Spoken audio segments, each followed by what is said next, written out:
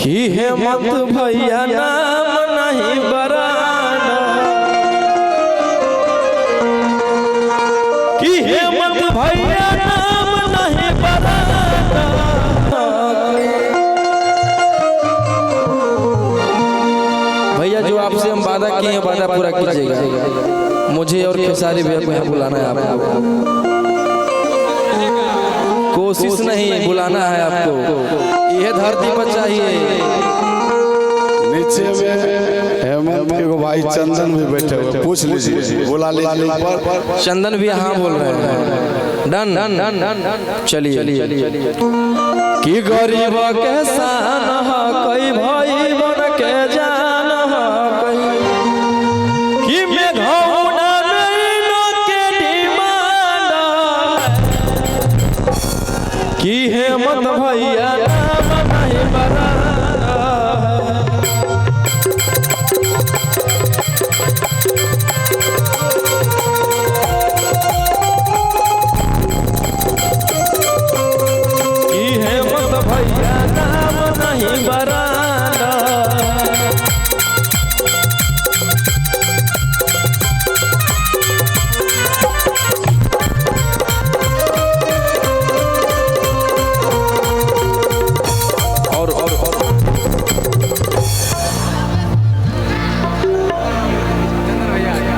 और चंदन भैया दिल से धन्यवाद आपको भैया। जितने भी टीम के सदस्य जो भी यहाँ पे मुझे बुलाए हैं सभी को दिल से धन्यवाद। और इसी तरह आप लोग आशीर्वाद प्यार बनाए रखिएगा। 18 अप्रैल 2027। चलिए आप देखते हैं, इंतजार रहेगा।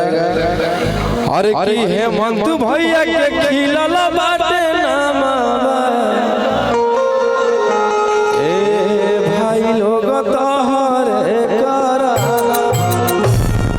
कि चंदन भैया के खिलल बाटे नाम,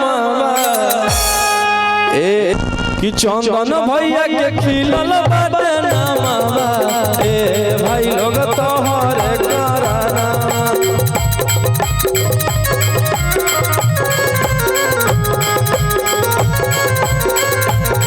कि हेमंत भैया के खिलल बाटे नाम, भाई लोग तोहरे कराना।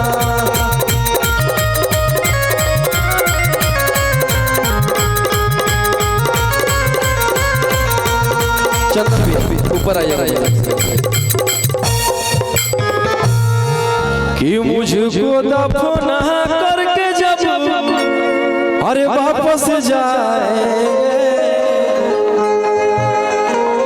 साथी रकीबों के वो जश्न मनाए। एक बार भैया के नाम पे आप लोग हल्ला कीजिए जोर से। और यही दोनों भैया के वजह से फिर 2027 में खेसारी लाल रोशन हुई है। तमाम क्षेत्रवासी का फुल सहयोग रहा। हम लोग अगुवाई की, यहाँ जो भी लोग हैं सबका सहयोग है, हम लोग अगुवाई करके हैं। अरे कि चंदन भैया नाम नहीं बराना, कि हेमंत भैया नाम नहीं बराना।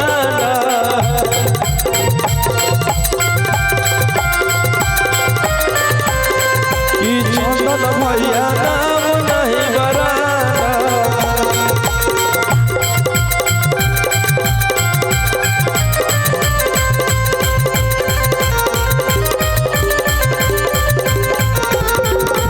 गरीब के शान कोई भाई खातिर जान कोई,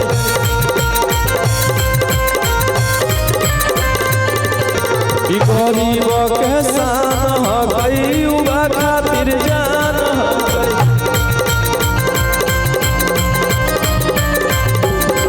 मेघौना में के डिमांड, कि हेमंत भैया नाम नहीं बराना।